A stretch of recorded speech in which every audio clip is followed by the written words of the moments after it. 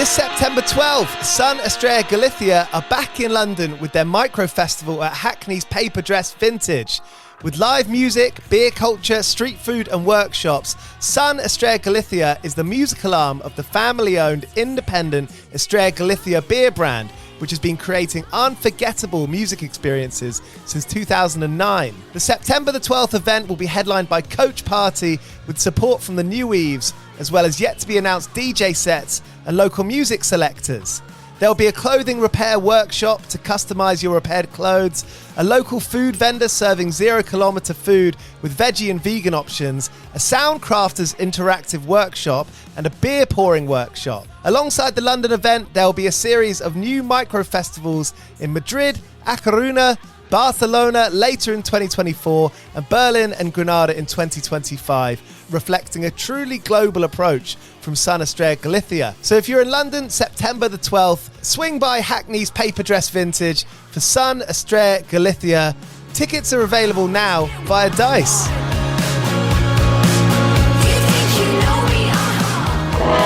As an independent music podcast, 101 Part-Time Jobs highly recommends DistroKid as the best solution to putting out your own music online.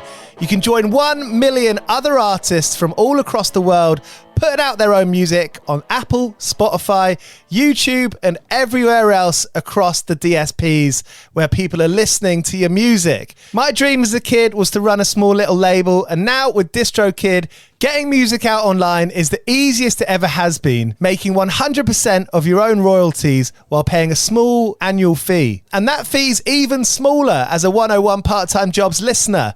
Head to distrokid.com/VIP/101pod to get 30% off your first year putting out your own music on DistroKid. Getting your own music out into the world has never been easier. Head to distrokid.com/VIP/101pod to get the best deal you can. Curtindo podcast, né? Sabe o que você também vai curtir? Saber que o melhor flip de todos os tempos chegou. O novo Samsung Galaxy Z Flip 6, com Flex Cam, que tem zoom automático e faz selfies de 50 megapixels e com bateria estendida para nunca te deixar na mão. Vá a uma loja ou saiba mais em samsung.com.br. Samsung Galaxy Z Flip 6. Galaxy AI chegou. Quem é Besouro Suco? Nunca diga esse nome, ouviu? Besouro Suco. Eu tô falando muito sério. Se disser o nome dele 3 vezes, coisas ruins vão acontecer. Tipo o quê? Besouro Suco. Besouro Suco! Besouro Suco! O suco tá soltinho. Em 5 de setembro, Vambora com isso? a espera Partiu, novinha. acabou. Queremos agradecer a presença de todos nessa ocasião especial. Eu senti bem aqui. Eca. Garanta seu ingresso. Verifique a classificação indicativa. Welcome to 101 Part-Time Jobs. I'm Giles Bidder, and on the weekend we were at Reading Festival speaking to some great bands and artists. We heard from Military Gun, Spiritual Cramp, Bad Nerves, G-Flip, Kneecap and Denzel Curry, who were on yesterday's episode. But now we've got Wunderhorse, Big Special and Courting. So we start off with Wunderhorse, just announced their new album, Midas. This band is special.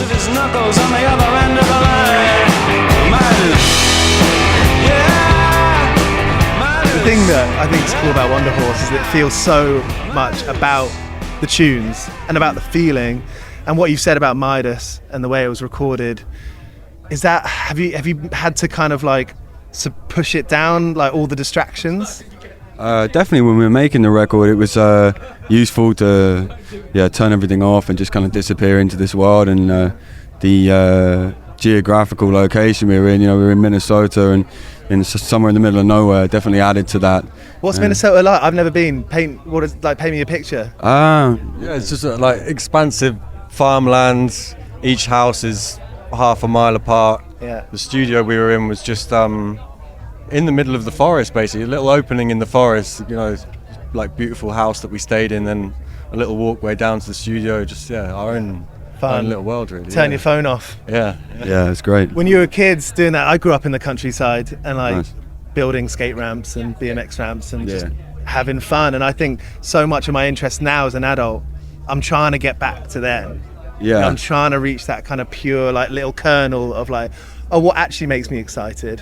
Yeah. And I feel like that's a bit of that's a job in itself. Yeah, definitely. I think that's why we really enjoyed making this record as well. We were trying to capture that thing of, or recapture that thing of when you're sort of 15, 16, playing in your first band in a garage, and with all the mistakes and all the sort of things, you know, keeping everything that went wrong sort of on the record, you know, which is like, I guess at first you can sometimes cringe kind of listening back to certain bits, but they actually sort of become why you love it in the end, you know? No, it was definitely an exercise in I don't know, setting aside any egos or any like perfectionism.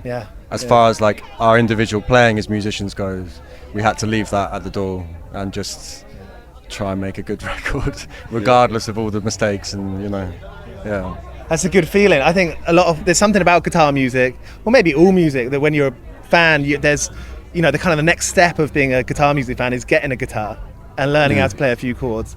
And there's magic about that.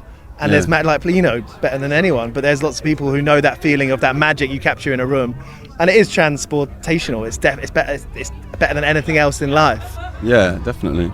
I agree. I mean, that's kind of, we're trying to keep that, you know, I guess as you do more and more stuff and you work harder and harder, it's just doing things to kind of keep that youthful kind of spirit about it and not make it feel like a well-trodden sort of thing, you know. What are your tips, Jacob? I know you surf. Yeah. That's quite like a visually, and when you do it, it's like a full body experience. I can see how, like, when you've got one, it's like driving or like riding a bicycle on a busy road. You've got to concentrate, because otherwise you're going to hurt yourself. Yeah. Did you get like inspiration from that? Did you get good feeling from that? I think the main thing surfing does for me is it actually provides sort of a space where I'm not thinking about music. It's like the one time where, you know, normally it's kind of you wake up, you go to bed, there's always something musical going on, but surfing seems to get rid of all of that, and it's sort of a moment of sort of clarity, I guess, with no sort of professional ambition in there either. It's just something to do for fun. That's a good point. There's something as you become an adult, you're like, okay, everything needs to go towards being a professional. Yeah. I sometimes think there's no better reason to do anything than no reason.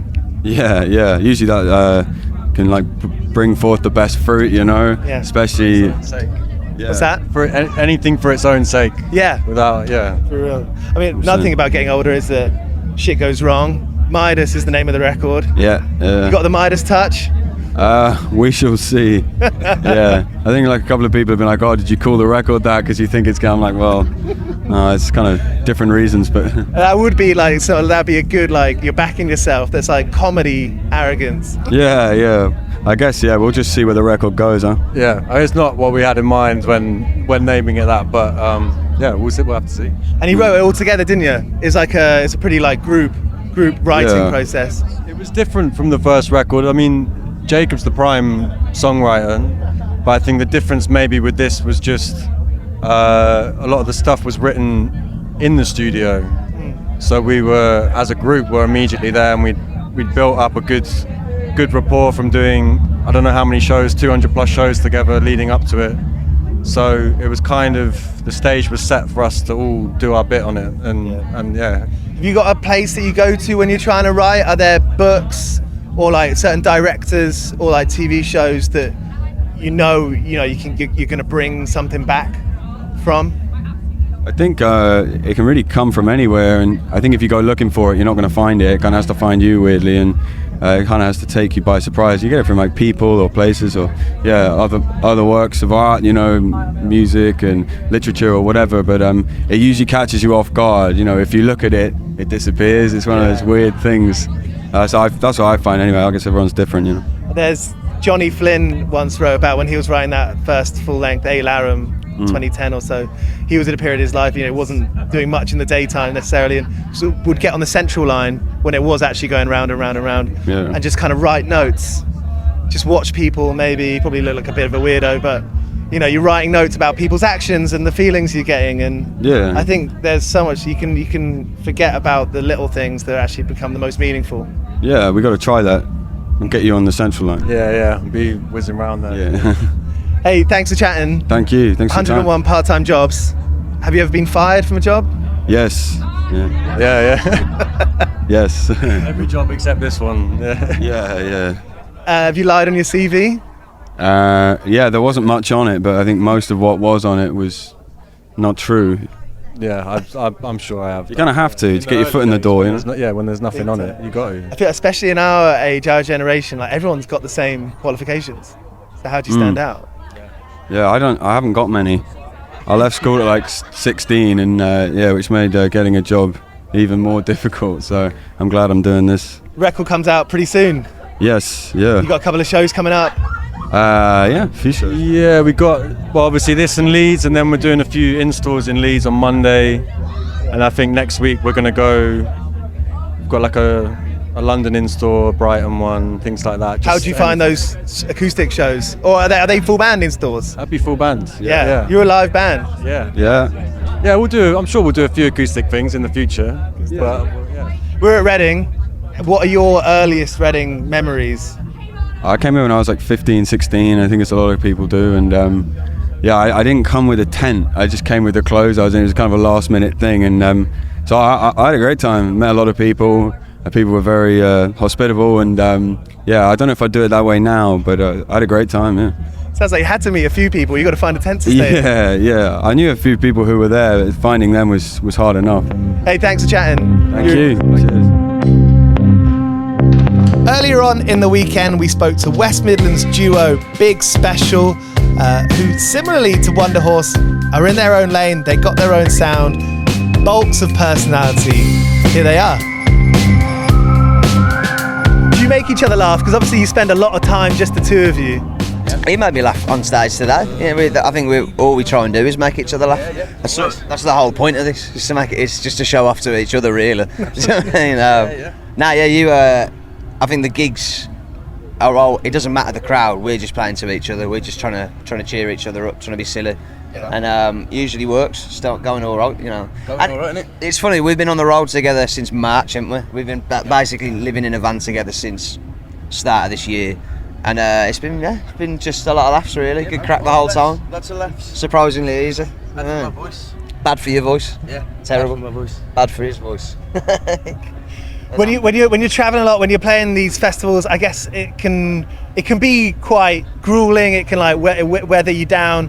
What are your tricks to like keep each other and keep yourselves like feeling fresh, keeping a pep in your step? It's been a long time since Fresh. Can't remember Fresh. I think we just don't.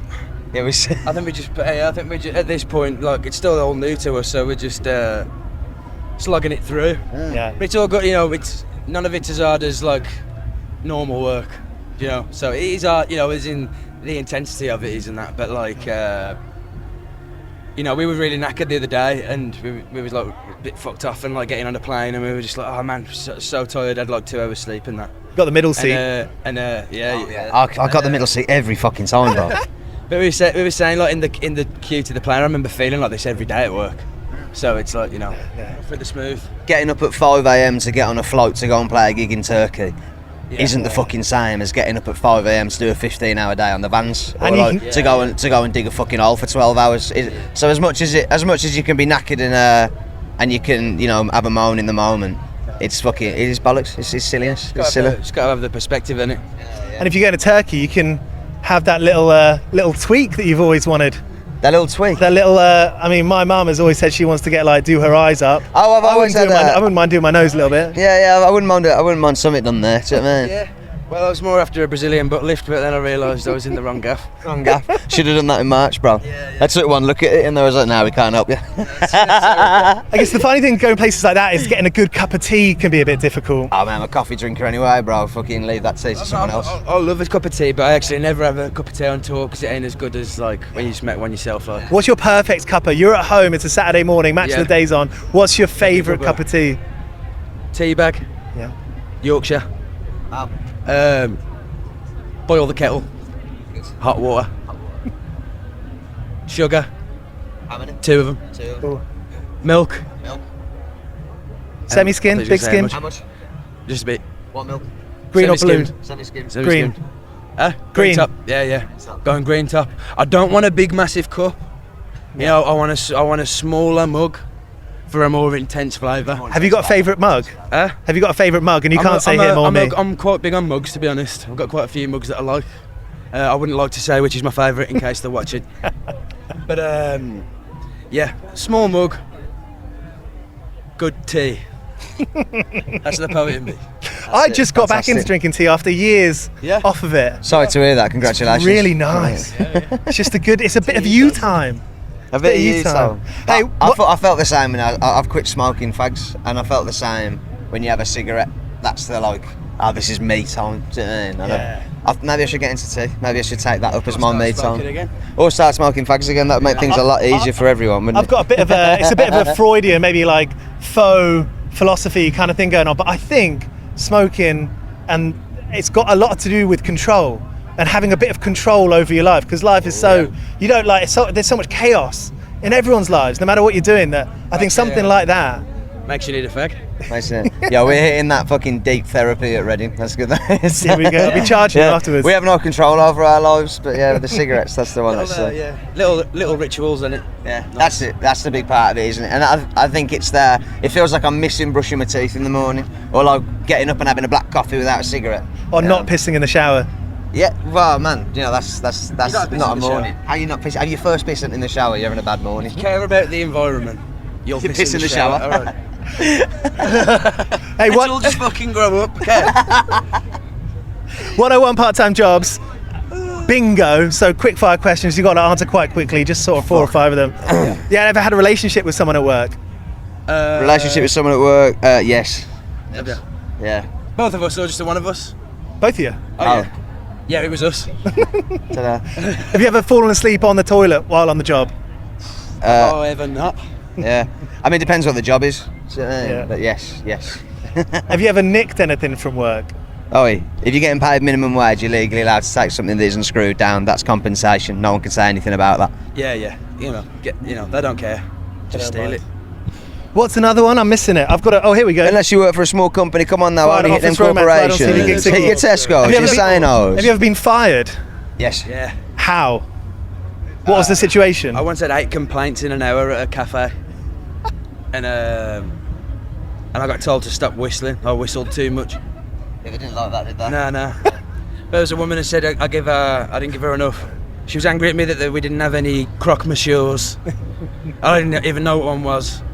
And she said, I said, oh, we get them in back on Tuesday. And she went, oh, shall I come Tuesday then, shall I? And I said, if you want a croque monsieur. You missed the trick there. Spat at a child. No, I didn't. You missed the trick there. See you next Tuesday. Hey, see you. Yeah.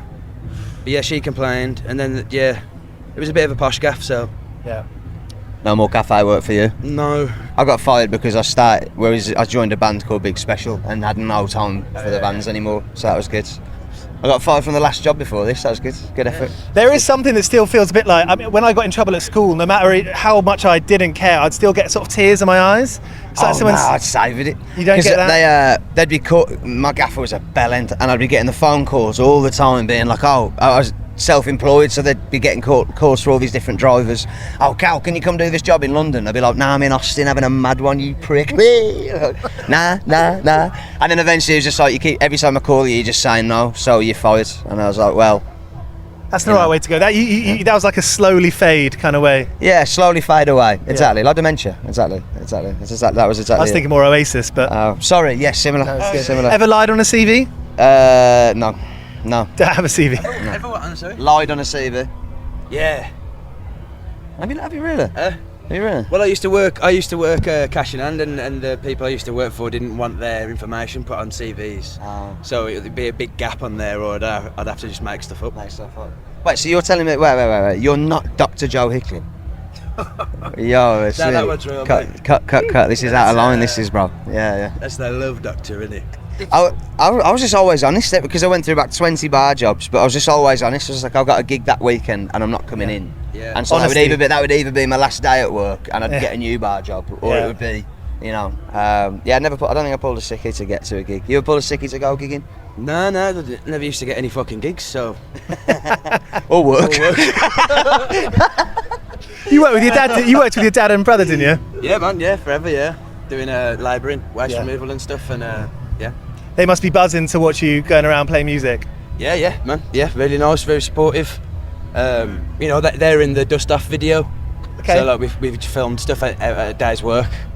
and stuff like that. So yeah, Nice. it's all good, you know, and you know, the songs that experience and stuff like that. So that I recognise that in the tunes as well, and yeah, it's really nice. Hey, nice one. Thank you very much. Hey, Kitty's a nice one. Good chat. Appreciate it, bro. Thank you so much.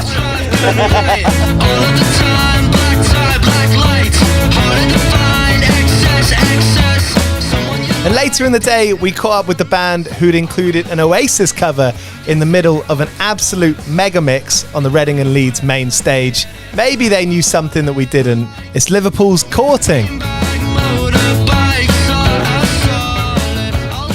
If you had to kind of sum up being a teenager playing in bands and like trying to make it all work, how would you sum it up? Time consuming. That's what I'll say. It's time consuming. You've got to kind of, if you want it to go somewhere, then you do have to put in like a lot of your time, with like not just like practicing, but you know, before you have a management, before you have an agent, all that, you've got to do that all yourself. You've got to contact all the venues yourself. You've got to do the gigs all yourself. You've got to figure out how you get in there. You gotta, you know, you're borrowing like your mum's car. You know, it's all like it's all just very. You really gotta work for it and like just kind of hope that it pays off.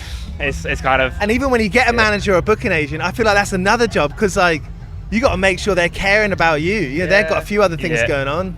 Gotta keep them in line as well. Yeah. When talking about different part-time side hustles and being late for sound check or missing sound check. Yeah. What are your biggest memories from those kinds of situations? You tend to have to leave gigs early, don't you? Because you've got work the next day or something. Yeah. A lot of early starts and I guess back. The knock-on effect of that is like, okay, well, what do we want to do more? Yeah. Be in a band and pay for it, or like go out and party, drink? Well, we're playing this festival today and tomorrow, and then on Monday I'm back on work. And Tuesday actually now as well. So like, you know, it's what it is, isn't it? It's very surreal though. You go from like an environment like this where, you know, you're surrounded by loads of like famous faces and, you know, you just played a big gig, and then you go back and it's like, yeah, that'll be £5, mate. You know, it's like, it's weird. How are you in these kinds of scenarios where you'll see some familiar faces, maybe some people who have made records that you love? As a band, what are you like of sort of sticking your hand out in front of you and being like, hello, you know, we're Courting? We're pretty friendly, aren't we? Yeah, it's one of them minutes where like you don't want to kind of embarrass yourself, do you? Or you also like don't want to miss that opportunity. But you don't want to be too cool either. Because that fuck it, that's boring. Yeah, but yeah, it's trying to get the balance of kind of like approaching artists as an artist, you know what I mean? Mm-hmm. And like, but then also like you said, try and not play it too cool, because you're aware that they are a lot cooler than you are. So you gotta like, but. I mean, it's business, it's war, it's family fun, you know, fun for all the family and friends, and respect seems to be the biggest one. Yeah, it's just about having a good time. Yeah, I think you know, everybody wins. It's like sports day in year 6, you know. Yeah. So it's just like having like, because even whatever, you can play the main stage at Reading Festival, and then you can still be like ooh, there's that band here, like, you know what I mean? Like, you gotta, like, you know, it doesn't, I feel like, I don't know like what level or stage you ever get to, whether like you don't get like nervous around an artist that you really love, you know what I mean? Like, I'm sure bloody like, I'm sure even like Lana Del Rey must like get pretty like hyped when she sees insert, you know, I don't know. Yeah. One of her. People get nervous. Yeah. That Oasis cover or the medley, the kind of jam it in there. Yeah. Sounded fucking great. It's something which we've been doing, not that cover in particular, but for like 4 years. I think since our first tour in like 2021 was that our first tour. We would in the song Crash on the record. There's like only like a 3-4 second break, but on our first tour we decided to like throw a cover in there. Yeah. And ever since then, for 4 years now, we just like pick a new song for like, I was gonna say every tour, but even then, remember again our first tour, we did a cover for every city that we're in. Yeah. So we pick a band from that city and play that like one of their songs in class. Yeah. You're skilled musicians. I think we play it badly, but yeah. No, it was not. It was legit. But yeah, so I think we played Running a Leeds 2 years ago, and then we did a cover of Charlie XCX 2 years ago. Nice. And today it was Oasis. Yeah. Just I don't really know. We're just kind of like just going through songs. I mean, just actually, I remember what we did. Actually, we're on a playlist on Spotify called like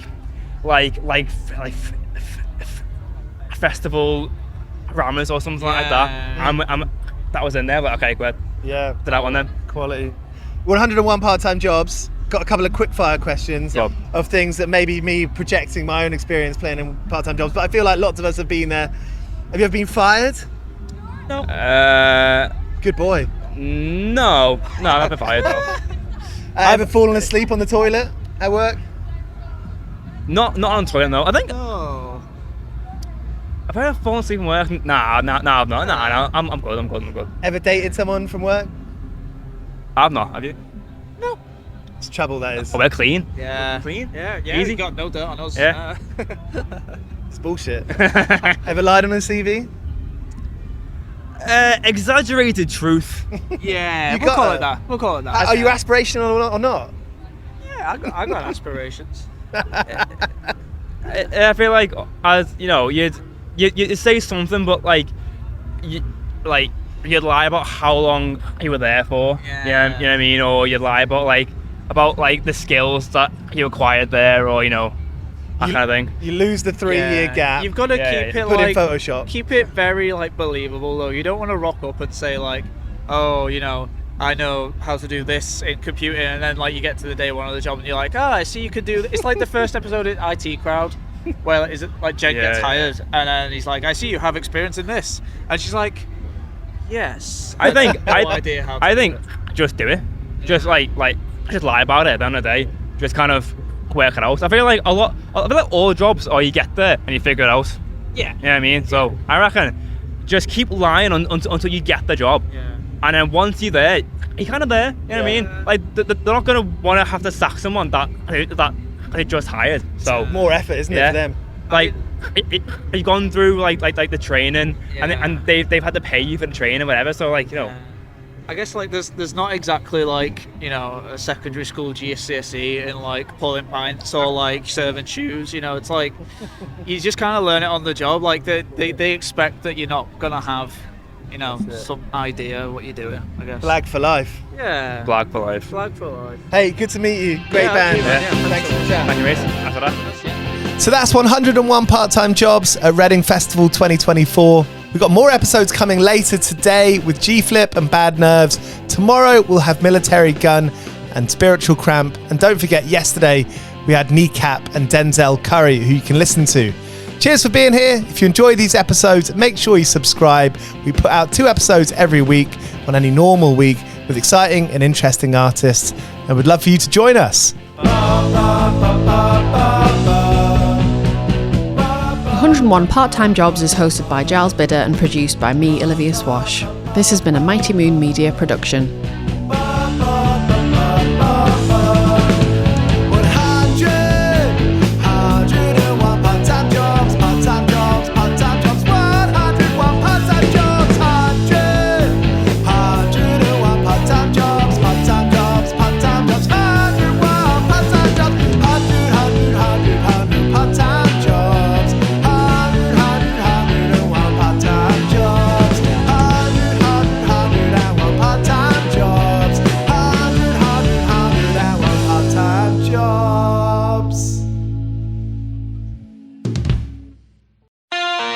This September 12th, SON Estrella Galicia are back in London with their micro festival at Hackney's Paper Dress Vintage. With live music, beer culture, street food and workshops, SON Estrella Galicia is the musical arm of the family-owned independent Estrella Galicia beer brand, which has been creating unforgettable music experiences since 2009. The September the 12th event will be headlined by Coach Party with support from the New Weaves, as well as yet to be announced DJ sets and local music selectors. There will be a clothing repair workshop to customise your repaired clothes, a local food vendor serving 0 kilometre food with veggie and vegan options, a Soundcrafters interactive workshop, and a beer pouring workshop. Alongside the London event, there will be a series of new micro-festivals in Madrid, A Coruña, Barcelona later in 2024, and Berlin and Granada in 2025, reflecting a truly global approach from SON Estrella Galicia. So if you're in London, September the 12th, swing by Hackney's Paper Dress Vintage for SON Estrella Galicia. Tickets are available now via Dice.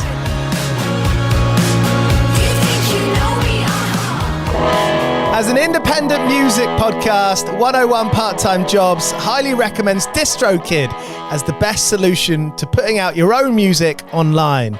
You can join 1 million other artists from all across the world putting out their own music on Apple, Spotify, YouTube, and everywhere else across the DSPs where people are listening to your music. My dream as a kid was to run a small little label, and now with DistroKid, getting music out online is the easiest it ever has been, making 100% of your own royalties while paying a small annual fee. And that fee's even smaller as a 101 Part-Time Jobs listener. Head to distrokid.com/VIP/101pod to get 30% off your first year putting out your own music on DistroKid. Getting your own music out into the world has never been easier.